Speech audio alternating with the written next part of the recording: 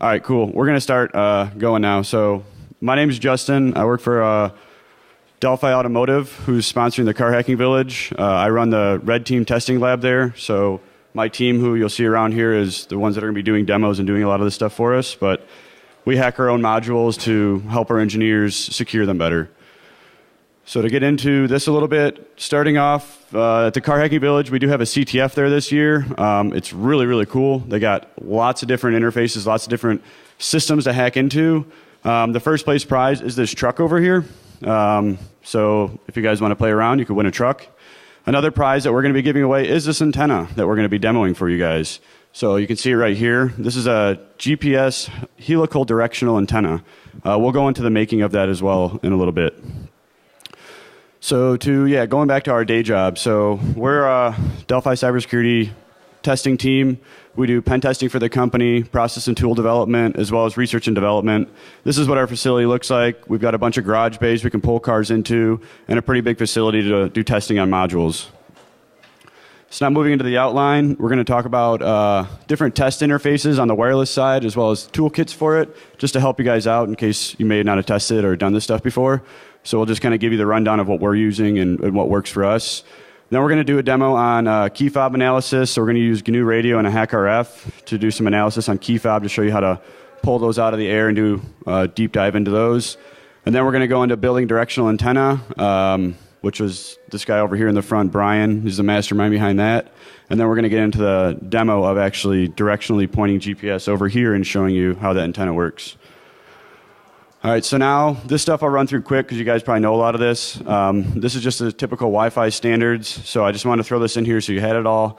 Here's some tools that you guys can use for Wi-Fi. We don't do too much Wi-Fi stuff in cars.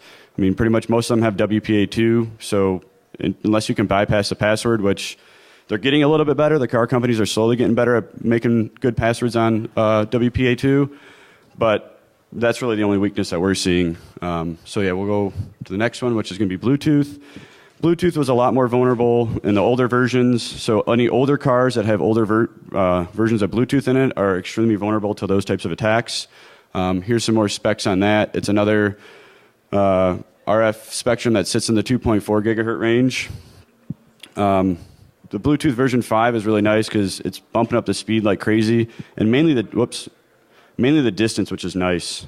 Just because all these different devices people are making in their houses, you can go a lot more farther in your house. But then for us, if we want to do drive-bys, we can also get into their stuff. So here's some tools that we use for Bluetooth testing. The Ubertooth one is really helpful, and then we just use this adapter. It's really easy. We can transmit on this. We can do whatever we want with this device. Some Bluetooth devices won't allow you to. So now moving into cellular, there's three different areas that we focus on in cellular. This is just giving you the rundown of spectrums. So whenever we're trying to dig into a new technology or understand it more, this is the type of data we compile to start digging and understanding what tools we want to buy. And then we start reaching out to vendors or coming to events like this and buying all the hacker tools. So when you're getting into a cellular related stuff or any wireless stuff on cars, it's recommended to look for this type of content on any of the modules, mainly something with the FCC ID or even an IMEI number. It's going to let you know there's a cell network in here and there's transmitting some kind of RF somewhere. So this is how we quickly can move on to understanding what's coming out of this module. So now looking into the tools that we use, we're trying to find what works best for us. So we buy a lot of industry-based tools, like this guy up here. This is from Roden Schwartz. It's a cell site simulator. So this will actually put up a cell tower for you. You put a SIM card in your phone or whatever you need to, and now you can see all the data streams and everything that's going back and forth from that phone. So it's really helpful for us when we're trying to test apps and cars that people are building to understand if they're actually communicating to the server securely and what type of data they're sending back and forth. And then for putting up base stations on a cheaper way, you can use a Blade RF with Yates BTS or this USRP device with Yates BTS as well. Those are a little bit cheaper routes to go, and you can have a lot more customizability with those. Next is moving on to key fob, which we're going to show you the demo on. This is something that was introduced in 1980 by Ford. There's two main frequencies, which is 3.5 megahertz and 433.92 megahertz. The distance is 5 to 20 meters, and the security on this is mainly rolling codes and challenge response. A couple years ago, you guys may have seen a guy named Sammy Kamkar create a device that was able to bypass or, leverage rolling codes to be able to get into people's cars. There's also passive key entry systems, which are running stuff in the kilohertz range. So when you walk up to your car and you want to unlock it with just your button or the handle on the car, that's usually using something in the kilohertz range. And that's called passive key entry. So here's some tools that we use for the key fob stuff. We mainly are using the HackRFs, but the spectrum analyzer is really helpful to see those packets coming across. And then we also use the yardstick one because that goes down to the lower kilohertz. So now moving on to GPS, which we'll show you a demo on that as well. This is something that was created by the United States in the 70s. There's a few different bands. The ones that are mainly public are L1 and L2. If you want to lock down GPS properly, use both radios in your devices. Most people don't. I know Apple doesn't, and we can show you what happens with that because they don't. We'll pretty much can put anybody's phone wherever we want if you're only using one band, because your phone's only relying on that band, so it's not getting another source to say, hey, you're not actually here, you should be here. So we'll show you how that can be messed with. Some different tools we're using for this. You can use a HackRF. They're kind of hard because you got to stack a bunch because you have to do transmitting and receiving. And then we mainly use the Blade RF, which we have set up here connected to this antenna. So we'll show you that in a moment. And then the next one, the last one, which is a fun one, which you guys may not have heard of yet. This is something that's coming in cars. It's kind of scary from my perspective because of what they're trying to do with it, but it is something that's needed. Cars do need to talk. If we're going to have autonomous cars down the road, they do have to talk to each other in some manner. So this is currently the automotive solution for that. It's called Vehicle to Everything. It runs just above the 5 gigahertz range, and it has a protocol of 802.11p, which is very similar to all the Wi-Fi standards. It's really not that much different. The biggest thing is it's got this IEEE 1609 application layer on top of it. And then here's some tools that we use for that. If you're looking into development tools, so these are just the hacker type tools besides this one, but another development tool you can look to is something called Coda Wireless or MK5. That'll allow you to actually transmit and do some V2X based stuff. And then another one from the auto industry is pretty big is Vector Canoe. They're really expensive, so hopefully in the near future some hackers will release some tools that are a lot cheaper for you guys. All right, now we can move into this key fob analysis if you're ready, Dave. Right here. Right here.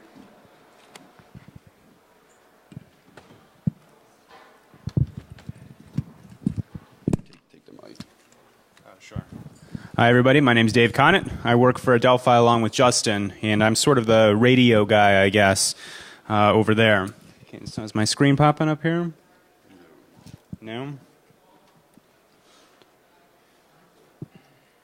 How do I... Oh, there we go. I don't know what it's doing. That's interesting. It's really interesting. Just by plugging HDMI cable in. Well, if you can't see it, I'm going to have a hard time demoing it.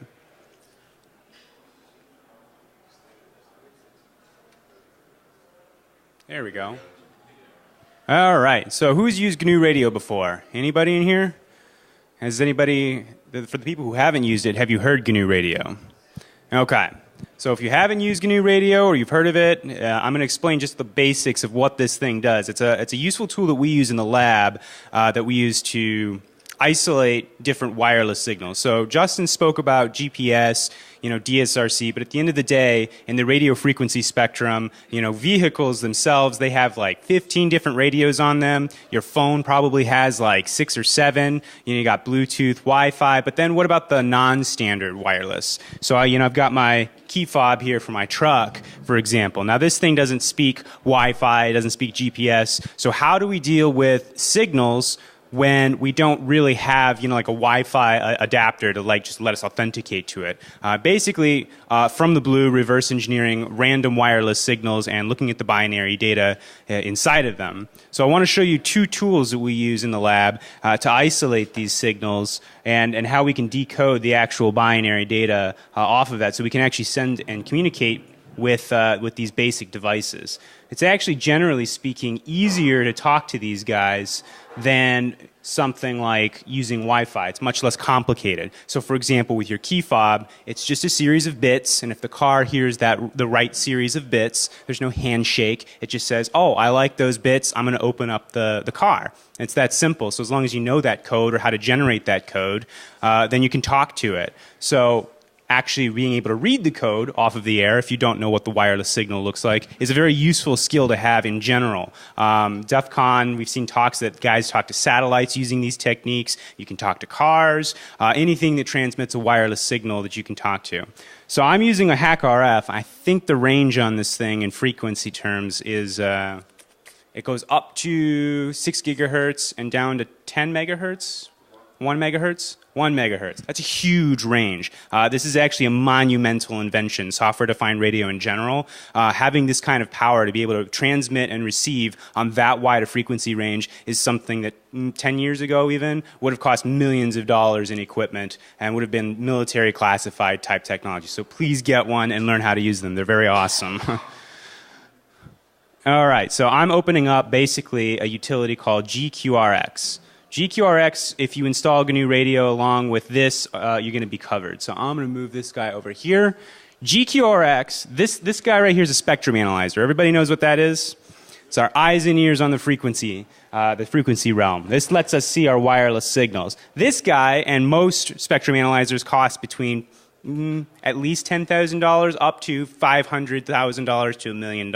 Just to give you an idea of what it's like just to see a spectrum range that we're talking about here. Hack RF costs, I think, $200 or $300, and it can see almost the same range as this guy. This guy's still better, it's more accurate, but the Hack RF's good enough for us hackers. And GQRX, I want to show you, basically does the same thing that our $200,000 spectrum analyzer over here does. And you can actually see they look very similar. And I'm going to use GQRX to move down and find my key fob signal to show you guys what that looks like. And I happen to know that it's 315 megahertz. And everything, all your devices, they come with an FCC ID if they're being sold commercially. So they will tell you what the frequency is on the FCC's website. Super useful website to look up all kinds of parameters that we're going to use in GNU Radio to decode this signal. So you can see here when I press my little button for my Hack RF, there's a little bumpity bump coming. That's a frequency shift key coming from my key fob. I do want to show you as well, so we're looking at, I think, what is this? 20 megahertz in bandwidth or 16 megahertz, I can't remember. I do want to show you that an important and difficult part in dealing with GNU Radio is setting up the filtering. And I want to show you just what filtering looks like in GQRX. When you click around, you can see that little band there. It's actually filtering all the signals out around it, and if I had my audio on, it would actually play the sound for the signal that you're receiving. So you're narrowing in and zeroing in on that signal that you're looking for despite capturing 20 megahertz worth of bandwidth. So I think my computer locked up. Yeah, okay. Well, that's okay. I was going to close GQRX anyway and switch to GNU Radio. The important thing to understand is when we're going to decode this signal in GNU Radio and get the binary bits out of there, there's basically 4 steps. And essentially, we have to capture the signal from a source. That's obvious. And then we need to filter all the junk around it out from the signal. And there's an entire series. You should watch Michael Osmond's SDR series if you haven't already. It's he's the guy who created the Hack RF, and he's got an entire educational video series, and he's got an entire an entire hour dedicated to filtering. It's a science and an art. There's a lot that goes into it. There's many different kinds of filters: high pass, low pass, band pass, exflating, fur filters, blah blah blah. Learn them all, what they do. They're not that tough, but they're a little intimidating to get to at first. It's very important to zero in on your signal with those filters, though. Okay, So once you've zeroed in on your filter and on your signal with your filter, the next step that you have to do is demodulate it. Demodulating is going to come in a couple different flavors. There's frequency demodulation and amplitude demodulation. So when you're playing around in GQRX, it will behoove you to figure out and identify with your eye or your ear whether you're dealing with a frequency shift key signal or an amplitude shift key signal. Amplitude sounds like Morse code, or it's changing in volume. A frequency shift key is going to have differing tones that you'll hear, and it'll sound more like music or dubstep or something like that. So, and once you identify that, you can pick your frequency shift keying or your amplitude shift keying. So I've prepared GNU radio blocks here. Let's see if this works. Is it? No, it doesn't. What's that? Oh, there we go. I'll wait for it for a second. Okay, I have to be fast here. So my program that I've written here, GNU Radio, oh, whoa. It uses flowcharts to define your actual software. In the background of each one of these flowcharts, there's actually a Python script that gets executed. And you can see here, this is what I was talking about.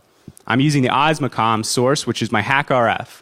I set the frequency to 315 megahertz because I know that that's where my signal is, and I set my sample rate to be about 4 megahertz. That means I'm capturing 4 megahertz of bandwidth around the signal. That's a lot of bandwidth. The actual bandwidth of this signal is like 200 kilohertz. It's not that wide. That's why I pass it into a filter. I'm not going to explain all of these different parameters, but basically I'm zeroing in on the signal with Hiss, so it's kind of offset from 315 megahertz. It's not quite exactly. It's like 314.9. You can figure that out from the FCC website. So I'm offsetting it to zero in on the signal, and then I am shrinking down that 4 megahertz of bandwidth just to capture this signal alone and none of the junk that's flying around it, especially here at DEF CON. I'm then piping the signal into a frequency sink, which is exactly the same thing as the spectrum analyzer that we see here, so we can actually see the signal that we're capturing and confirm that, that we're getting it. Demodulating the signal. And now this is the secret sauce to get the binary data out of it. So at this point, this is nice. You'll actually be zeroed in on a signal. You can hear it, you can record it, you can save it, and you can import it into other analysis tools like Baudline and Spectrum, or even Audacity, your favorite music editing program, is able to read this data coming out of here. So you can just put that into a file sync right there. But if you just want to pull the bits out, you put it into a clock recovery block. The only thing you need to know to use this block is your baud rate of the signal. And you can look at that visually, or you can look it up on the FCC. My key is, I think, 115,000 symbols per second. And once I know that, then I put it into a binary slicer that slices it into bits, and I save it to a file on the tempfs. I'm going to show you what that looks like when it runs right now. And I know there's a lot of information. I have a ton of resources for you folks that you can like walk through chapter by chapter. There's a lot of authors out there that have done this exact same thing, and they explain everything in far more detail than I can here today. All right, so I'm going to run the program. Hopefully it'll work. I'm going to click OK. That's fine.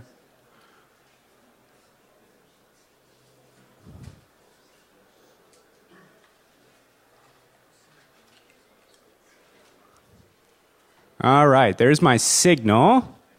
And now I'm just going to exit because I've captured what I need.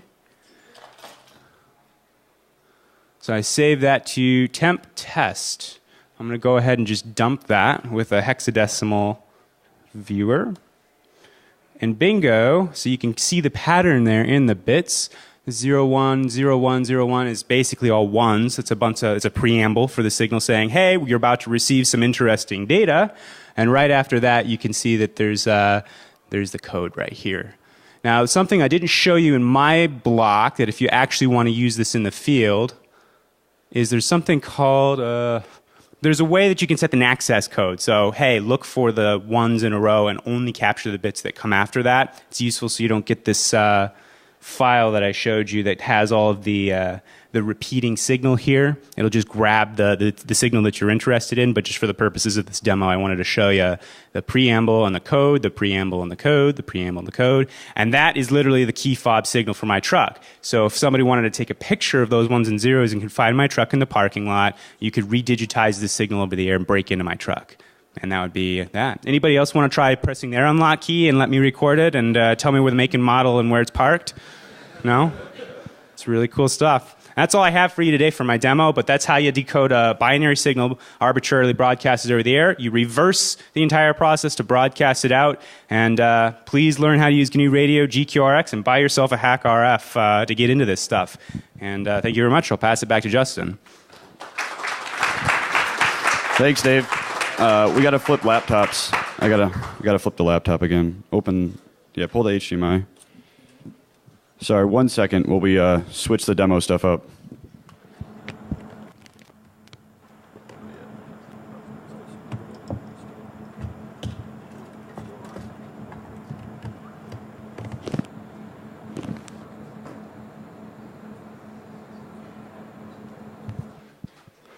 All right, now we're going to get into the making of that antenna over there.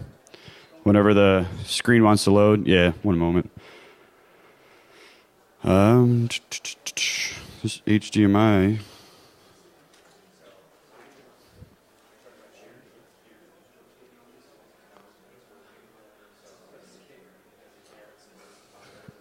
Sorry, guys.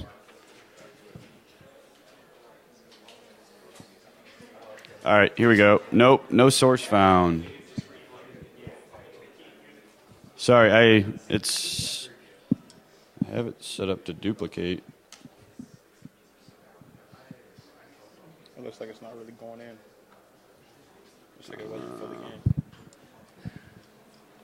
Yeah, there it goes. You're right. Huh. That's where let's try and unplug. Let's try to get it to read the text. Hold it. This, yeah, oh shit. That's all right. Sorry, guys. Gotta love technology. Yeah.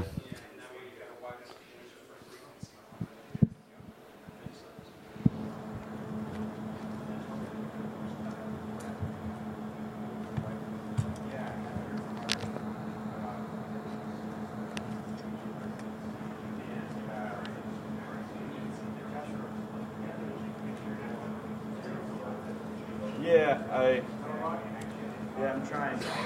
It's the source, the feed. And we're getting it back there, so let me see.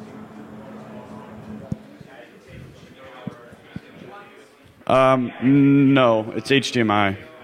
Actually, sure, we can try it. Hold on, think about it. Don't worry about it. Oh, all right, never mind. We'll try this. If not, then I'll try this little dongle.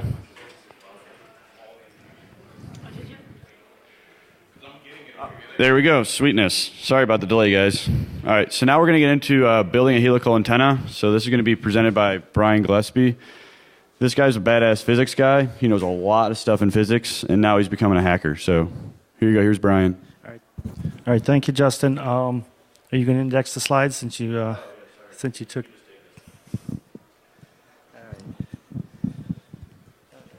Okay, so going to just review some of the fundamentals of radio physics ways, as most of you probably know, but we need to understand that when we're building things like this and doing things that Dave's doing and other people. So the quick review. So here's our whole RF spectrum of that we have. Increasing wavelength. We have the lower frequency, and then we have higher frequency, smaller wavelengths. And if you see where I've got that arrow pointed, radio frequencies are typically frequencies above 1 gigahertz or 10 to the 9 hertz, and they travel at the speed of light. And so we go to the next slide here. So they travel in a straight line and they reflect. So when you're above that frequency range, they'll bounce off things like the walls. When you have the lower frequencies, you can have environmental effects on them. But for what we're doing, the travel is at the speed of light, and it's important to remember our wave equation here, where we have the frequency times the wavelength gives us the speed. So that's going to be helpful when I build the antenna. and forward. So helical antenna. This is what the main part of the talk here is. So, backwards. So you got your center support here, which is this B here, and you can see that in the antenna over there. The coaxial feed line, and then you have the insulating supports because we don't want any connectivity anywhere else. You got the reflector ground plane, and then you got your coaxial that feeds your signal in, or if you want to receive, then it goes the other way. So there's two modes that these helical antennas can operate in, and that's the normal mode, where the helix pitch and diameter are small compared to the wavelength, and are omnidirectional. And then the axial mode type, end fire, which is what that antenna over here is the diameter and the pitch are comparable to the wavelength. And you'll see that when I'm going to show up here next, or coming up. So this is just kind of a visual, what it looks like from some simulations between an omnidirectional type antenna, which just kind of radiates out and spreads out, where the end fire directional, which is the helical, which means we can point it at things, is this one here. So here's a little more animation here for us, just to show what happens when we have a helical antenna, and that is, depending on which way the helix is oriented, the waves will spin one way, or the vectors here will show the polarization. Will be right-handed or left-handed, and so that's based on how this, which way that's turned. Now I don't know. You took the animation out. Looks like that's okay, but you can see down here as it comes out, these waves are spinning around. That's the representation up here, and that's the end fire for that. Okay, so this gets to the heart of the matter here of how to make the antenna. So I found this nice website up here that did most of the calculations for us. So you plug in the frequency, how many turns you want, and then it pops out all this information that we need to build the antenna. So this is the general schematics that I had to take and interpret to build that antenna that's sitting over there, so that we can use it for our work and looking at what happens when we GPS is pointed at something that has it and what impact it's going to have for us. All right. Whoops, wrong button. Okay. So real quick, take some tools to build that and some design work from the previous slide to make all these parts here. So this is our Bridgeport mill that I was using. I was in the process of putting in the holes. All these holes are based on fractions of wavelength from that slide I showed you before. So that tells me what the spacing needs to be here. And then from there, you need to use the lathe to make some of the other round parts. Basically, the items you need. And one thing that remember that an antenna is just a wire. So all that is just a wire configured a certain way to get the frequency we need for this application. And some plastic, some aluminum, and other tools. All right, so there's the There's the antenna, and I think we're ready for the demo. So this is some things we're doing in the lab here, so you can see we're getting the signal. We've got a Blade RF. Nick over there has got us all set up. Some of you, he's been broadcasting that for the whole time, so depending on your device, it could show you that it might be 1,000 feet above Moscow. So if he points it over here, let me get out of the way, you should see the signal get stronger as he points it over here. And that's the purpose of it. Now, if you put your hand in front of it, now see it's bouncing off the wall. Put your hand in front of it when you turn it over there, because I checked it earlier. See, now it's now, because it's reflecting off the wall, like I was mentioning, because it behaves like light. So it'll just bounce off the wall. So, and that's everything. There was a common issue we were having in the lab was like we would tilt it. We're like, this thing's not working. We're like, this thing's not working. But then we're like, oh yeah, reflection, light. It's just light. So that's why if you do, I don't think it's going to go the whole way, but if you do that and put your hand in front of it, it's going to put it away because now it can't reflect off the walls anymore. But if you do this, now it's starting to reflect off the walls in the room and the ceiling just like light does. Another thing too, we don't have the amp plugged in on this, so we're not giving it enough power. We could pump this thing, or here, I'll let Nick talk about that. Yeah, go ahead. With proper amplification, you can cover this entire casino in whatever signal you want. This will render all navigation GPS completely useless. You'll be wherever I tell you you are. Yeah, so pretty scary stuff, especially with autonomous cars coming down the road. Obviously, we care about safety a lot, which is why we design stuff like this, so we're not just putting everybody in the whole entire place in Moscow. We're just putting everything that's directional over there. It's a safer way of doing tests like this. You don't really want to get FCC calls. So doing stuff like this and having the proper facility to do this stuff in is also really helpful. The lab we do all this testing in is pretty much a Faraday cage. We don't have cell inside the building. We can't get anything in or out. So we know the tests that we're doing inside are not affecting systems externally from our lab. So yeah, that's about it. If you guys want to get into cars, we'll be here the whole entire time during DEF CON. We're a part of the CTF, so we have some stuff over there you guys can hack into, try to find some flags, and maybe win that Jeep or that truck or this antenna. So yeah, thank you guys for coming out, and enjoy the con. We got a question for you. We're doing questions now. I realize we do have some extra time. He said... It was about, without using both L1 and L2 to lock down your GPS signal, how do you push someone in Moscow? So if you're using both L1 and L2, that would stop an attack like this from a skid if they were doing one radio.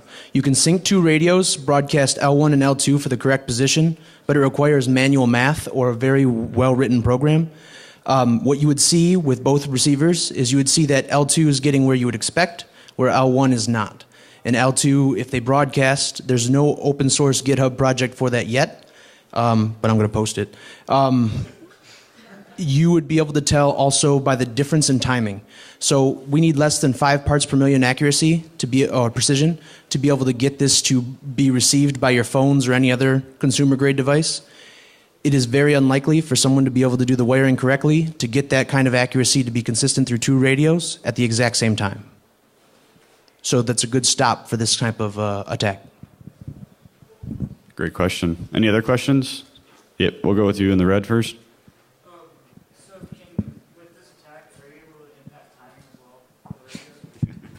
So with this attack, the question was, could we impact timing? The answer is yes.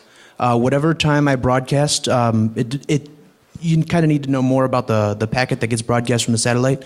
But basically, it's latitude, longitude, and its time of broadcast. And then your radio takes in all those signals it picks up and says, I see the time of flight was so-and-so, therefore I'm here. So if I were to broadcast consistently a different time, yes, you would receive it and trust it. It's a very weird phenomenon, but people do it. They use their GPS as timers.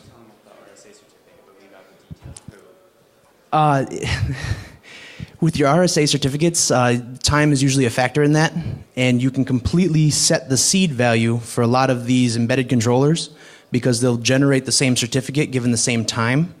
So if you know what it was once, you can just tell it it's the same time over and over again, and all of a sudden you're able to get the same certificate all the time, which means now you can man in the middle, even if they rotate their certs. Funky little CS problems become very big security holes. Any other questions? Cool. Yeah. Just generally, when you take a look at a car, like what do you start going after? Like how do you? So that's a good question. We don't directly focus on the full vehicle yet. We're mainly focused on modules. So if you guys don't know what Delphi does, they create a lot of the safety systems in your cars as well as infotainment systems in your vehicles. So right now our focus is strictly on protecting our parts. Down the road, we do want to have offerings to like our customers, OEMs, where we could do full vehicle assessments for them. But right now, it's strictly on the module side. I did a talk a few months ago at SANS that kind of laid out a lot of this stuff. I can get you that link, and there's a presentation in there that'll show you more details of what we did for that. Yep. Are you focusing only on your ECU or the interface to the OEM? We do, yes. And we also focus... sorry, the question was, are we only focusing on like our ECUs or the interfaces that are coming in from other stuff? And the answer is absolutely the stuff that's coming from other systems. And that's why even the wireless stuff, when stuff's coming over wireless, we're testing that. We don't only look inside our systems, we look on the interfaces and anything that's connecting to the systems. A lot of that's hard to test when you only have the module because you don't know how everything's going to be talking to it. So that's why we're trying to build our systems up to eventually do full vehicle assessments. So, good question. Yeah, yeah. For my day job, I work with the Delphi. Oh, cool. We'll talk later. Any other questions? All right, if you guys have any, just ask, or if not, just stop by our booth. Thanks again.